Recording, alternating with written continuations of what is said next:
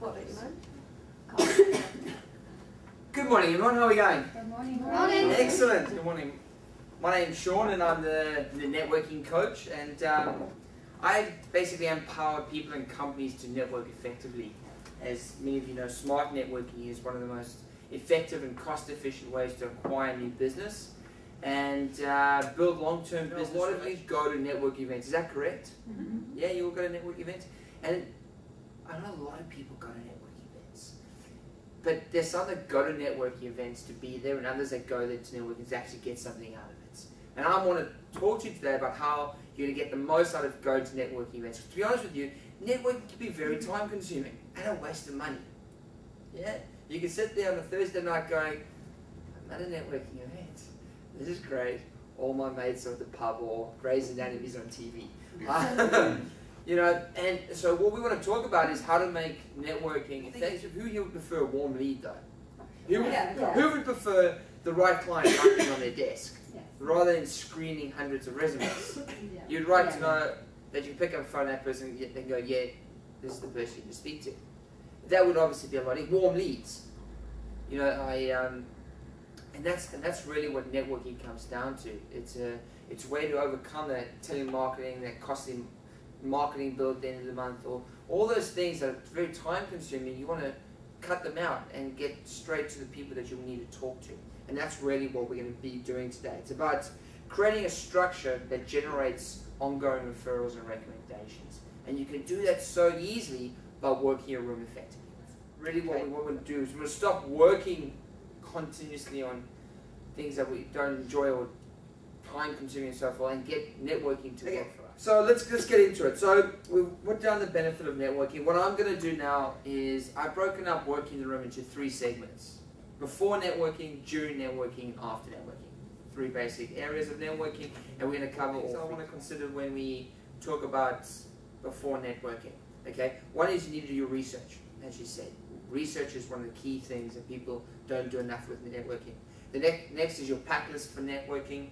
The next is taking a networking buddy, making sure you organize before an event. And lastly is what do you want to achieve when you go networking. Each networking event will have a different objective. So those are the 4 main characteristics.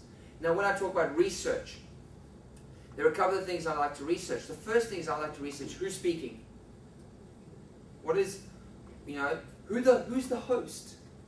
What type of people are attending? So the question is, how can you give? How can you give? You go to an industry event.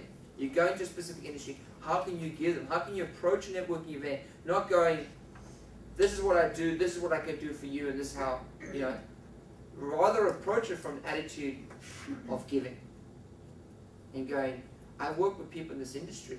These are some great tips about finding the right people. We're going to a networking event. So we're going to talk about during the networking event. So you're ready, you've done your research, maybe you've taken a networking buddy, you've thought about who you're going to talk to and what you're going to do and what you want to achieve at the event.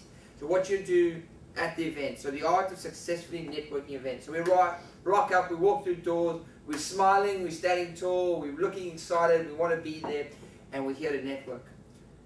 First thing you do is maybe look for a friendly face and introduce yourself. Initiate a conversation with someone, really get into it initially.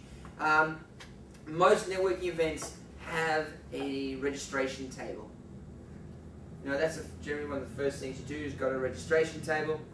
And this is where you should really talk to people. Hey, how you going? It's great to be here, my first time. I'd love to meet the host, whatever that person's name is. You know, you've just paid money to go to this event. It's a great place to get, even if it's a small or big event, it's a great place to go, it's my first time being here, or whatever. I'm really looking forward to meeting X, Y, and Z, because I know who my ideal client is. You know, so I often go there and go, thank you so much for coming, thanks so much for inviting me, it's great to be here, I'm looking forward to being here, I'm so looking forward to meeting these type of people. The host will probably know everyone in the room and could introduce you to those people. All you have to do is ask. The next thing is when I go to networking events and I go off the registration table, who's the first kind of people I want to speak to? After the host and everything. Yeah. The ones who look the most enthusiastic to meet people. Very good, that's very good. That is pretty much right. I actually like to target VIPs and speakers. So I've done my research. I know who the speakers are and all the rest of it. I then go speak to the speakers. They're not me standing in a corner going, am I speaking yet? Am I speaking yet? And everyone's too intimidated to talk to them and so forth. It's a great people because speak to them now, because when they've done their presentation, what happens? Everybody wants to talk to them. Exactly.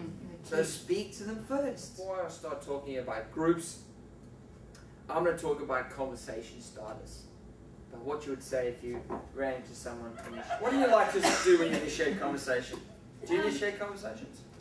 Yes, it depends, I suppose, on the setting and who you're talking to. If it was the kind of event, like a networking event, I might ask someone what was their particular interest in attending. Yeah, that's very good. That's actually a great, that's what I've got down here.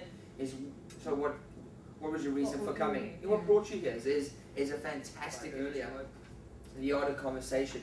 I said to you, how you going, what projects you got, and I asked you, how's your day been, and I asked you sort of all those type of questions, and you're like, I haven't had more coffee yet. But this is often what you get in networking events as well, is that you ask people what projects they're doing, you ask people all these questions about wanting to learn more about them, but often we don't have concise answers. What projects you're doing, why did you come to this event, who your ideal client is, why do people choose to work with you, so what have you done recently in that sector?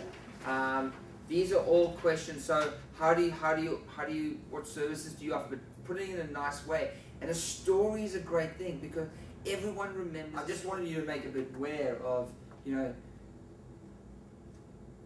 do so much more than recruiting. You offer a great service. You do work with some great clients. You do a lot more than just recruiting. So why brand yourself under what someone else had a bad experience with another recruiter with? When you can tell people you do so much more. I just want you to make you aware of what you could say to someone when someone says, "What do you do?" and create one impression and create an inviting, introduction that someone goes, "Oh." The big difference between successful networkers and old-fashioned networkers is what? The follow-up. Okay? It's following up the next day, emailing those people that you met at the networking event and going, "It was great to meet you, thanks so much.